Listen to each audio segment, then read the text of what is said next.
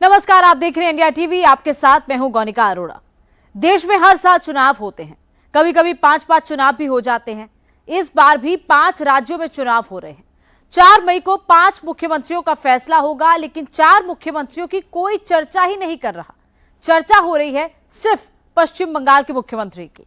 तमिलनाडु का सीएम कौन बनेगा, केरल का सीएम कौन बनेगा, ये उतना मैटर नहीं करेगा जितना ये मैटर कर रहा है कि बंगाल का सीएम कौन बनेगा।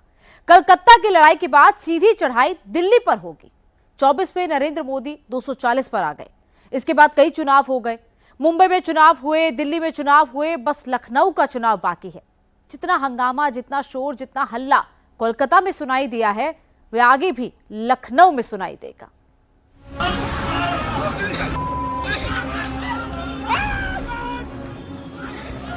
फाइनल राउंड से पहले बंगाल में ईंट पत्थर चलने लगे।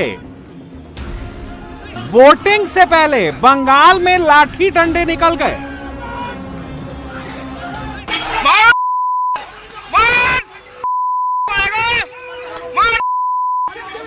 बंगाल पर कब्जे की लड़ाई में खोपड़ी फूटने लगी।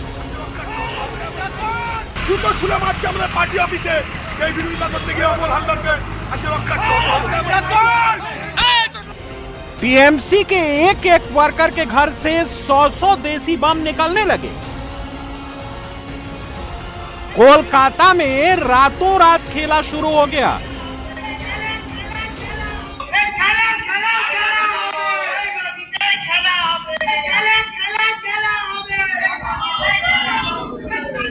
बंगाली हिंदुओं के मोहल्ले में अचानक नया हल्ला मच गया। खेला हो बे।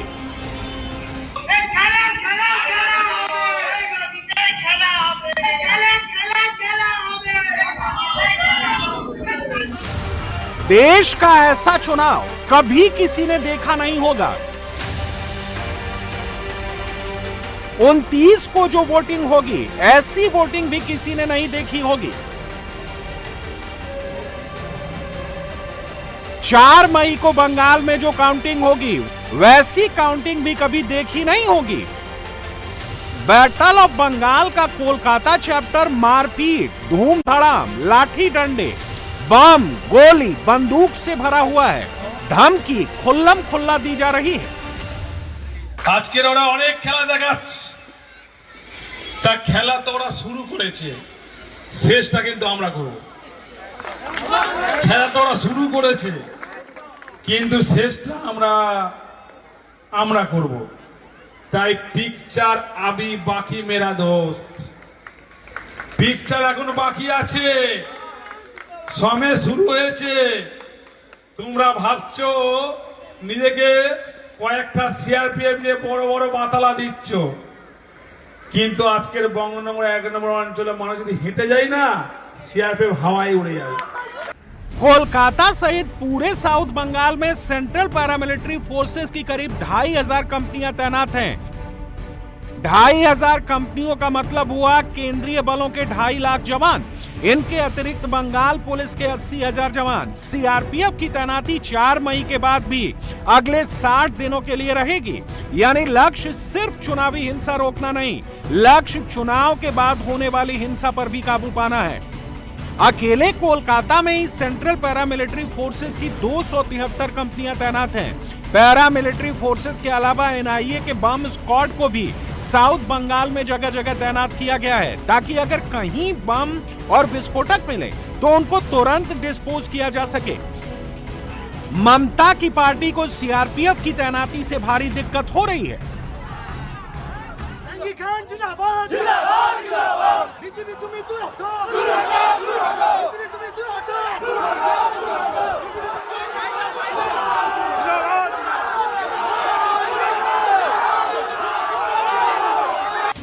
फाइनल राउंड के लिए चुनाव आयोग ने बंगाल में 142 जनरल ऑब्जर्वर, 95 पुलिस ऑब्जर्वर और उम्मीदवारों के चुनाव खर्च पर निगरानी रखने के लिए 100 ऑब्जर्वर तैनात किए हैं।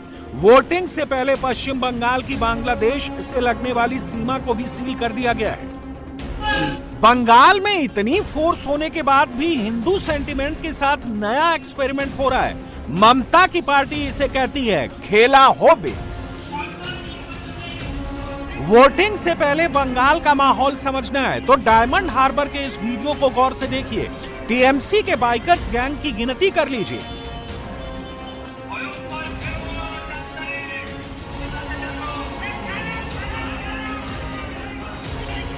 आधी रात के वक्त हिंदू मोहल्ले में 11 बाइकों पर 22 से ज्यादा गुंडे खेला होबे और जय बांग्ला बोलते बोलते निकले तो समझ लीजिए कि ममता की पार्टी क्या चाहती है।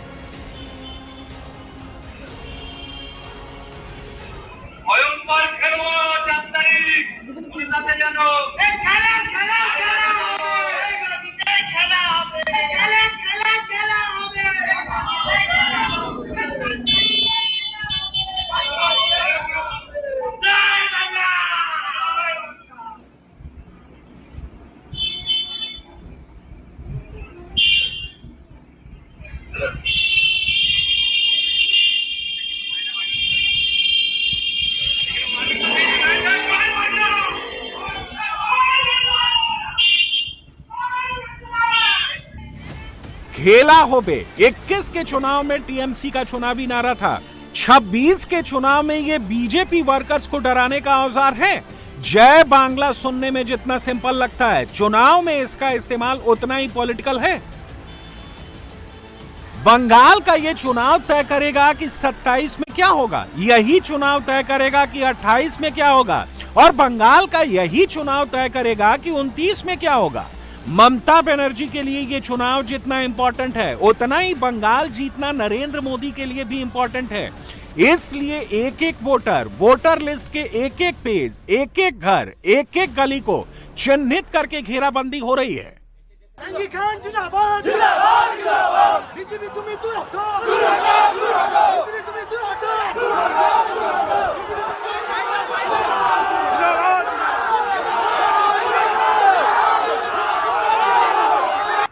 बंगाल चुनाव के दूसरे और फाइनल राउंड में ही भवानीपुर का संग्राम होने वाला है, जहां ममता और शुवेंदु की टक्कर हो रही है।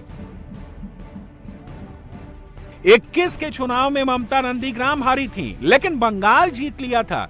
नंदीग्राम शुवेंदु का घर था। ममता शुवेंदु को चैलेंज करने नंदीग्राम गई थी। भवानीपुर ममता का घर है। 26 के चुनाव में यहां ममता को चैलेंज करने शुवेंदु आए। ममता बनर्जी को बंगाल की पॉलिटिक्स में अपना रुतबा कायम रखना है तो उनको बंगाल भी जीतना होगा और भवानीपुर भी जीतना होगा। ममता बनर्जी हाराटा शुधु समयेर अपेक्षा। शुभेंदु अधिकारी एकदम 4 तारीखे लास्ट मेशिन गोना पर्यन्त गणतंत्रे जनगण जनता हच्छे जनार्दन, जेगे गेছে जनता, ভোট পাবে না মমতা। এটা ক্লিয়ার মেসেজ। মানুষ পরিবর্তনের পক্ষে, মানুষ কাল সকাল থেকে 6টা থেকে লাইন দেবে, ব্রেকফাস্ট পরে করবে, আগে ভোট দেবে। ममता बनर्जी एकदम ग्राउंड पर उतर चुकी हैं। चुनाव प्रचार खत्म होने के बाद भी सब्जी खरीदने के बहाने ममता वोटर्स तक पहुंच रही हैं। मोदी ने भी मैदान नहीं छोड़ा है। बंगाल जीतने के लिए मोदी फुटबॉल खेल रहे हैं। मोदी की लड़ाई सिर्फ भवानीपुर तक नहीं है। मोदी को नेशनल पॉलिटिक्स के बड़े कैनवस पर भगवा घेरा बढ़ाने के लिए बंगाल जीतना है। भारत के मानचित्र पर भगवा घेरा बढ़ेगा तो 29 में मोदी के काम आएगा। नई सांसद बनी तो पहला काम हमने महिलाओं को 33% आरक्षण देने का ही किया। 40 साल से बहनों का ये अधिकार अटका और लटका हुआ था। इसलिए हमने साल 2023 में संसद में नारी शक्ति वंदन अधिनियम पारित करवाया। कानून बनने के बाद उसे लागू किया जाना जरूरी होता है। अब ये जरूरी है ये कानून जल्द से जल्द लागू हो। इसलिए पिछले दिनों संसद में इसको लेकर चर्चा रखी गई थी। संविधान में संशोधन के लिए हम कानून लाए थे। ये संशोधन ऐसा था जिसके बाद ज्यादा संख्या में बहनें विधानसभा और संसद में पहुंच पाती। लेकिन साथियों, कांग्रेस, समाजवादी पार्टी, टीएमसी और डीएमके जैसी पार्टियों ने एक बार फिर देश की महिलाओं को धोखा दिया। साथियों, असली बात यह है कि ये सारे परिवारवादी और तुष्टीकरण में डूबे दल नारी शक्ति से डरे हुए हैं। जो परिवारवादी दल है, ये संसद में हुए विरोध में सबसे आगे रहे हैं। साथियों, मुझे संतोष है कि देश की बहनें बेटियां इनकी इस कुटिल मंशा को पहचान गई है। आप देख रहे हैं, असम, केरलम, पुडुचेरी, बंगाल और तमिलनाडु में बहनों ने रिकॉर्ड मतदान किया है। महिला आरक्षण विरोधी दलों को अंदाजा नहीं है कि बहनों का ये वोट महिला विरोधी इन दलों को सजा देने के लिए हुआ है। वोटिंग से पहले मोदी और ममता दोनों की कोशिश है कि उनके एक एक वोटर बूथ तक पहुंचे और वोट करें। फर्स्ट फेज की बम्पर वोटिंग को मोदी अपनी जीत बता रहे हैं, ममता अपनी जीत मान रही हैं। बंगाल में जो भी होगा वो नया रिकॉर्ड ही होगा। 29 को वोटिंग का रिकॉर्ड बनेगा, 4 को काउंटिंग का रिजल्ट बनेगा। नरेंद्र मोदी की पार्टी बंगाल विजय को लेकर 100% श्योर है। ममता बनर्जी की पार्टी नर्वस होने लगी है। टीएमसी की नर्वसनेस पब्लिकली न दिख जाए, इसके लिए टीएमसी के लीडर और वर्कर्स सड़कों पर निकलकर आक्रामक तेवर दिखा रहे हैं। कैमरे से दूर हटकर पर्सनल बातचीत में ममता बनर्जी की पार्टी भी मान रही है कि उसकी सीटें घट सकती हैं, लेकिन तृणमूल को लगता है कि 4 मई को टीएमसी की सरकार बन जाएगी। टीएमसी का भरोसा अपने मार्जिन पर है। 21 में तृणमूल को इतना बड़ा मैंडेट मिला था कि घटते घटते भी उसकी सीटें मैजिक फिगर से नीचे नहीं आएंगी, ऐसा ममता बनर्जी को लगता है। सेकंड फेज की 142 सीटों में से 123 सीटों पर टीएमसी का सिटिंग एमएलए है, 18 सीटों पर बीजेपी का सिटिंग एमएलए है और 1 सीट पर आईएसएफ का सिटिंग एमएलए है।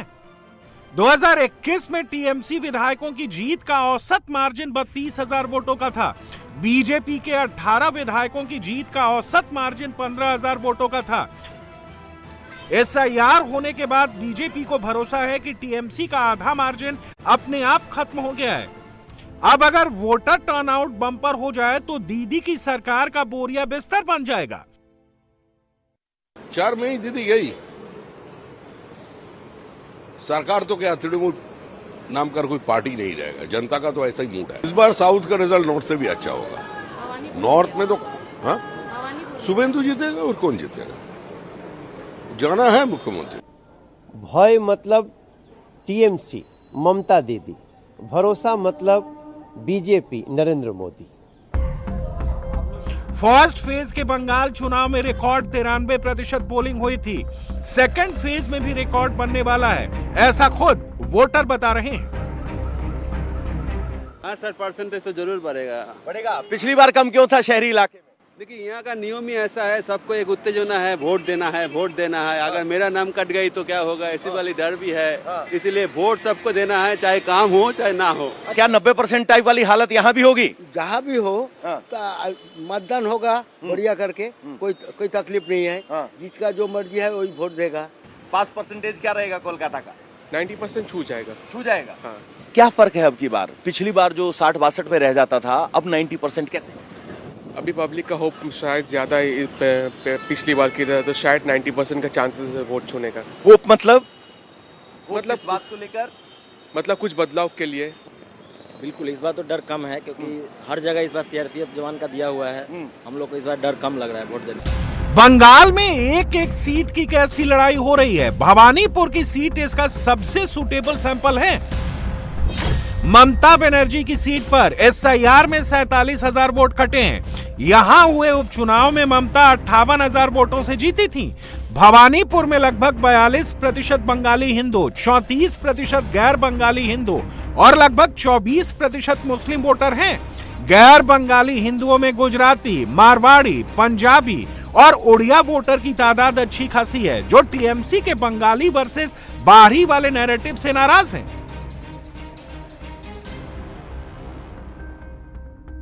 मैसेज तो क्लियर है, पीपल आर वांटिंग चेंज। माहौल फिर अब आपको किसका टाइट दिख रहा है ये बताइए। माहौल तो दिन नेक टू नेक है दोनों। पब्लिक को चाहता है कि भाई डेवलपमेंट। देखिए सब लोग मतलब पाल्टाना दौड़ कर सब लोग बोल रहे हैं और होना भी चाहिए। कल सुबह होगा अच्छा सवेरा और कुछ नहीं बोलना। वोट डालने निकलेंगे, वोट डालने निकलेंगे सब लोग। वो एकदम कल सुबह में अच्छा सवेरा होगा। That's all. माहौल किसका जबरदस्त दिख रहा है और क्या होने वाला है बंगाल? परिवर्तन ही संसार का नियम है। बंगाल चुनाव पर पूरे देश की नजर है। अखिलेश 2027 के यूपी चुनाव के नजरिए से बंगाल चुनाव को देख रहे हैं। अरविंद केजरीवाल 2027 के पंजाब और गुजरात चुनाव के नजरिए से बंगाल को देख रहे हैं।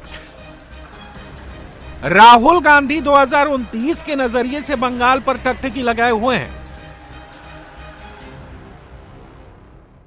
प्रधानमंत्री ने तो कोई कसर नहीं छोड़ी है, तमाम एजेंसियों को इस्तेमाल कर लिया उन्होंने। इलेक्शन कमीशन, ईडी, सीबीआई और तमाम जो सेंट्रल फोर्स सब कुछ लगा दिया है, जिसको कहते हैं पूरा दम लगा दिया है मोदी जी ने बंगाल में परिवर्तन के लिए। लेकिन असली अंतिम फैसला तो बंगाल के लोग करेंगे। बीजेपी का भरोसा वोटर पर है, टीएमसी का भरोसा अपने सिस्टम पर है। सेकंड फेज की मुस्लिम सीटों पर ही नहीं, हिंदू बहुल सीटों पर भी टीएमसी के पास विशाल लीड है। कोलकाता में 76% हिंदू और 21% मुसलमान हैं। यहां की 11 में से 11 सीटों पर टीएमसी का विधायक है। बीजेपी को यहां खाता खोलना है। हावड़ा में 73% हिंदू और 26% मुसलमान हैं। हावड़ा की 16 में से 16 सीटों पर टीएमसी का सिटिंग एमएलए है। बीजेपी को यहां भी खाता खोलना है। कोलकाता से हुगली नदी को पार करें तो सामने हुगली जिला आ जाता है। यहां का समीकरण थोड़ा चेंज हो जाता है। हुगली में 83% हिंदू और 16% मुसलमान हैं। हुगली की 18 में से 14 सीटों पर टीएमसी का सिटिंग एमएलए है। बीजेपी के 4 सिटिंग एमएलए हैं। नॉर्थ 24 परगना में 73% हिंदू और 26% मुसलमान हैं। यहाँ की 33 सीटों में से 28 सीटों पर टीएमसी का सिटिंग एमएलए है। बीजेपी के पास 5 एमएलए हैं। साउथ 24 परगना में 63% हिंदू और 36% मुसलमान हैं। यहाँ की 31 सीटों में से 30 सीटों पर टीएमसी का सिटिंग एमएलए है। बीजेपी शून्य पर है। 1 सीट आईएसएफ के पास है। सब ठीक है, शांत है, प्रॉब्लम नहीं है। वोट डालने जाएंगे कल? हाँ, वो तो जाएंगे। माहौल ठीक ठाक है। अच्छा, वोट डालने जाओगे कल? हाँ बिल्कुल जाएंगे, क्यों नहीं जाएंगे। कोई डर या फिर भय नहीं है ना? और क्या लगता है, क्या इस बार वोटिंग जमकर होगा? हाँ बराबर होगा। सेकंड चरण में और आखिरी चरण में क्या बम्पर वोटिंग होने जा रहा है? उम्मीद तो अच्छा होगा। क्या लगता है इस बार क्या वोटिंग बढ़िया होगा? हाँ, खुल के लोग वोट दे रहे हैं और लगता है एग्जिस्टिंग पार्टी ही आएगा। इस बार क्या आप खुलकर वोट करेंगे? महिलाएं खुलकर वोट करेंगे बंगाल के? हाँ अब तो दीदी का ही राज होगा ना। अच्छा। इसी साउथ 24 परगना में डायमंड हार्बर पड़ता है, जहां से ममता बनर्जी के भतीजे अभिषेक बनर्जी एमपी हैं। उन्हीं अभिषेक बनर्जी का हेंचमैन जहांगीर खान सीआरपीएफ की फोर्स और चुनाव आयोग के ऑब्जर्वर को धमकी दे रहा है। শুধু আজকে নয়, 15 বছর ধরে বিজেপি আমাকে অনেক ধমকানোর চেষ্টা করেছে, আমার সহকর্মীদেরকে অনেক ধমকানোর চেষ্টা করেছে, কিন্তু কিছুই করতে পারিনি। আজও আমি এই মন থেকে কথা দিয়ে যাচ্ছি, 2026-এ আমাদের বিজেপি কিছুই করতে পারবে না। কম আছে রুখেনি। আমি জাহাঙ্গীর অনেক মঞ্চে বক্তব্য রেখেছিলাম, পুষ্পারাজ ঝুঁকে নেই। আমরা ঝুঁকতেও জানি না, আমরা রুখতেও জানি না। আমরা সারা বছর মানুষের কাছে মাথা নত করি, গণদেবতার কাছে আমরা মাথা নত করি, আমরা মানুষের কাছে মাথা নত করি। ওই বিজেপি দালাল পুলিশের কাছে, ইসিআইয়ের কাছে আমরা মাথা নত করি না। फाल्टा के टीएमसी कैंडिडेट जहांगीर खान की पुष्पा वाली धमकी को चुनाव आयोग हल्के में नहीं ले रहा। ऐसा पहली बार हो रहा है कि किसी राज्य के चुनाव में एनआईए को तैनात किया गया है। पूरी कोशिश इस बात की है कि वोटर बिना डर भय के बाहर निकले और चुनाव में कोई हिंसा ना हो।